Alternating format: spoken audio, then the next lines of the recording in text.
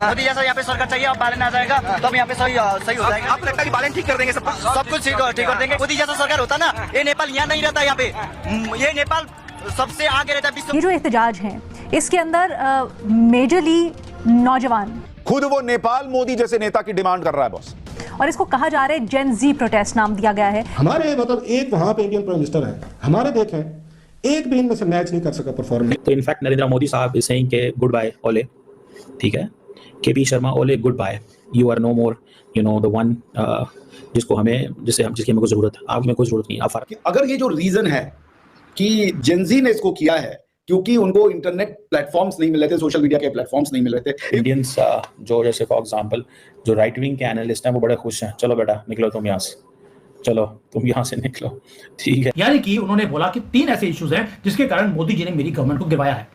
पहला, उन्होंने बोला कि हमने एक नया मैप निकाल दिया था जो हमने यूनाइटेड नेशंस में भी सबमिट किया था। सरकार के भ्रष्टाचार से नाराज नेपाल के युवा मांग कर रहे हैं कि नेपाल में भी मोदी जैसा लीडर चाहिए।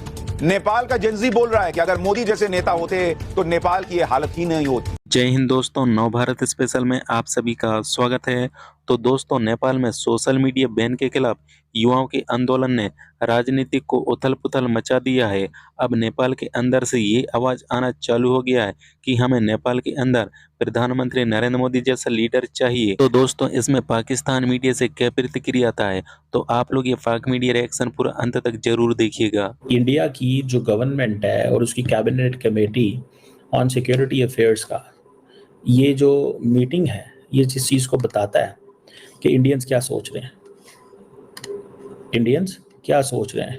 ये को वो जिसे कहते हैं ना, ये कोई मजाक नहीं है कि एक मुल्क जो है उसकी कैबिनेट कमेटी ऑन सिक्योरिटी जो कि हाईएस्ट डिसीजन मेकिंग बॉडी है कि इंडिया के अंदर जो नेशनल सिक्योरिटी और डिफेंस को देखती है, prime minister, defence minister, home affairs, external affairs and finance वाले बैठते हैं और वो 4, 5, 6 लोग होते हैं। ये किचन कैबिनेट है, वो सारे के सारे मसलों को देखते हैं और जारी बात है उनके लिए ये बहुत सारी इंडिया की जो कैबिनेट कमेटी है वो बहुत सारी चीज़ें देखती है, न्यूक्लियर कमांड और intelligence and counter terrorism and important decision. India ने जब पाकिस्तान के हवाले से फैसला किया था तो उसमें भी ये ऑपरेशन सिंदूर, तो यही कमेटी वगैरह जो है वो मुलाकात इसकी हुई थी। सो ये एक इम्पॉर्टेंट जो है वो डिसीजन उन्होंने लिया। बहरहाल देखना तो ये है कि क्या इससे निकलता क्या है, इससे निकलता क्या है, और ये चीज़ आपको पता चलेगी। और इंडियन जारी बात है उनके, क्योंकि इंडिया का क्योंकि लगता है नेबरिंग कंट्री है, तो उन्होंने बड़े केयरफुली देखना है कि हमें इसमें क्या फ़ायदा होगा या क्या नुकसान होगा, या हमारे लिए इसमें क्या चीज़ एडवांटेजेस है, हमारे लिए क्या चीज़ इसमें एडवांटेजेस है, हमें क्या करना है। सो लेट्स सी इसमें इंडिया का क्या इंटरेस्ट है। इंडिया डजंट वांट कि एक और यूथ जो है वो एक और कंट्री यूथ के हवाले हो और हमारा उससे कोई लेना देना ना हो, एक और कंट्री यूथ के हवाले और हमारा उससे लेना देना हो। तो इस चीज़ को वो कह रहे हैं। सो इसीलिए ये जो इंडियंस जो जैसे फॉर एग्जांपल जो राइट विंग के एनालिस्ट हैं वो बड़े खुश हैं, चलो बेटा निकलो तुम यहाँ से, चलो तुम यहाँ से निकलो, ठीक है। सो ये एक ऐसी चीज़ है जिसमें कोई पता नहीं है। देखें, पाकिस्तान और भारत के अंदर इस तरह जो यूथ है ना वो सड़कों पे आके प्रोटेस्ट करके कुछ नहीं अचीव कर सकती, बिकॉज उसकी वजह यह है कि दोनों मुल्क जो हैं वो सिक्योरिटी स्टेट है। इंडिया भी सिक्योरिटी, वहाँ पे अपरेटस बहुत तगड़ा है। इंडिया का अपरेटस कोई कमज़ोर अपरेटस नहीं है, वो जिधर मर्जी चले जाएँ, जो मर्जी कर लें, जैसे मर्जी कर लें। They have this capacity and capability उनके पास मौजूद है कि वो अपनी भारत और पाकिस्तान में दोनों की बात कर रहा हूँ, नॉट जस्ट पाकिस्तान, अब दोनों के पास कैपेबिलिटी मौजूद है कि वो जब मर्जी जो मर्जी करना चाहें अपने। और यहाँ पे लोगों की वैसे भी वो क्रिपलिंग पावर्टी नहीं है कि लोग सड़कों पे आ जाएंगे। अक्सर लोग पूछते हैं लोग सड़कों पे नहीं आते, मैं कि यहाँ पे क्यों लोग सड़कों पे आएंगे। सारी अनडॉक्यूमेंटेड इकोनॉमी है, कोई बंदा हुकूमत को टैक्स देने को तैयार नहीं है, कोई बंदा हुकूमत को टैक्स देने को तैयार नहीं है, कोई हर बंदा जो है वो अपने पैसे अपने पास छुपा के रखने को तैयार। तो आप क्या समझते हैं कि ऐसे होगा कि people are not happy with all that. तो ये चीज़ जो है वो that is there, let's C.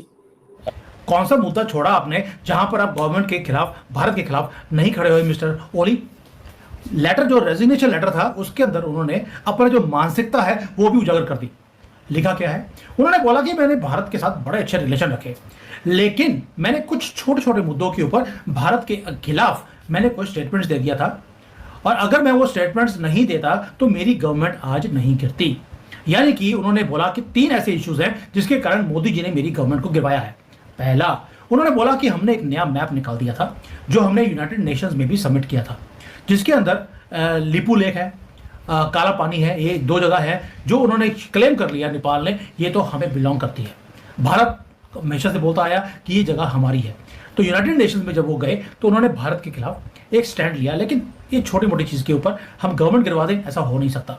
Major मुद्दा था जो ओली साहब ने बोल रहे हैं कि 2020 में जब हम राम मंदिर की नींव पत्थर रख रहे थे, तब ओली ने बोला था कि भाई लॉर्ड राम जो है वो तो नेपाली थे, वो भारतीय थे ही नहीं, और अयोध्या में उनका जन्म हुआ ही नहीं है, वो तो वेस्ट नेपाल में था, भारत में नहीं था। क्योंकि कम्युनिस्ट हैं तो आपको मालूम है कि वो हमेशा ही बोलेंगे ओ भाई कुछ अल्लाह अकबर, अल्लाह बकरी, अल्लाह हलाला वालों के लिए कुछ बोल देते, तब तो मुंह के ऊपर दही जम जाता है। लेकिन हिंदुइज्म के लिए कुछ भी जायज़ है इनके लिए, इसलिए पहले तो इन्होंने हमारे धर्म के ऊपर हाथ लगाया, तो इन्होंने बोला इसलिए मोदी जी ने मेरी गवर्नमेंट गिरवा दी।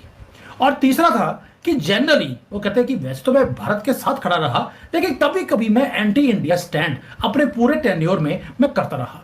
ये 3 चीज़ों के कारण इनकी गवर्नमेंट को गिरवा दिया गया है, क्योंकि नेपाल के इतना बड़ा प्रधानमंत्री जो कि शहबाज शरीफ से भी ऊपर हो, उन्होंने भारत को चैलेंज किया था सेंसिटिव इश्यूज के ऊपर। राम को टच किया और राम छोड़ दे तुम्हें, ये हो नहीं सकता। तुम्हारे ऊपर मिस्टर ओली ये धनुष बाण चलना ही था दोस्तों। लेकिन ये नैरेटिव जो है ओली का, ये गलत है। मैंने पहले बोला कि मुझे लगता था कि ये शायद फुटप्रिंट्स भारत के हैं, ओली ने उसको कंफर्म किया, लेकिन जब मैंने डिटेल में इसकी एनालिसिस करी तो पता लगा भारत का इसमें कोई रोल नहीं है। क्यों बोल रहा हूँ?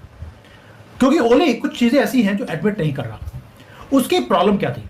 उसकी प्रॉब्लम ये नहीं थी कि भारत के खिलाफ खड़ा हुआ, उसकी प्रॉब्लम थी कि वो एक कम्युनिस्ट है। वही आपको मालूम है कम्युनिस्ट वाले पुअर गवर्नेंस के लिए माने जाते हैं। दूसरा, चाइना के साथ अलाइनमेंट थी जो उसके अपने कंट्री के लोग एक्सेप्ट नहीं करना चाहते। तो दोस्तों आप लोग ने वीडियो पूरा देख ली होगी किस प्रकार पाकिस्तान मीडिया में भी बातें चल रही कि देखो अब नेपाल के अंदर भी प्रधानमंत्री नरेंद्र मोदी जैसा लीडर मांग रहे हैं, और पाकिस्तान के लोग भी चाहते हैं कि हमें भी प्रधानमंत्री नरेंद्र मोदी जैसा एक लीडर काश पाकिस्तान में भी होता। इस प्रकार के बयानबाजी कर रहे हैं। जिस प्रकार पाकिस्तान के अंदर भी भ्रष्टाचार इतना हो चुका है कि वहां के अवाम भूखमरी और बेरोजगारी से जी रहे हैं, लेकिन पाकिस्तान मीडिया से ये खबर भी निकल के आ रहा है कि नेपाल जैसा हालत अब पाकिस्तान का भी हो सकता है। जिस प्रकार श्रीलंका से ये तख्ता पलट शुरू हुआ था, अफगानिस्तान, बांग्लादेश और नेपाल के बाद अगला नंबर पाकिस्तान का भी आ सकता है। लेकिन दोस्तों अब नेपाल के युवा चाहते हैं कि हमें भारत के प्रधानमंत्री नरेंद्र मोदी जैसा नेपाल के अंदर एक लीडर हो, जिससे नेपाल की एक नया भविष्य दिख सके। जिस प्रकार भ्रष्टाचार और सोशल मीडिया बैन के खिलाफ शुरू हुआ इस आंदोलन ने नेपाल की राजनीति ही बदल दी। केपी शर्मा ओली ने नेपाल के प्रधानमंत्री पद से इस्तीफा दे दिया है, और नेपाल के अंदर भी अभी भी प्रदर्शनकारियों ने नेपाल के सांसद को आग लगा दिया है। और नेपाल के युवा चाहते हैं कि हमें प्रधानमंत्री नरेंद्र मोदी जैसा एक लीडर चाहिए, जिसको सुनकर पाकिस्तान के लोग भी हैरान और परेशान हो चुके हैं। और पाकिस्तान के कई लोग तो बोलना चालू कर दिए कि अब पूरा नेपाल हिंदू राष्ट्र बनेगा। तो वीडियो को एक छोटा सा लाइक करके जरूर जाइएगा और कमेंट में अपना राय लिख के जरूर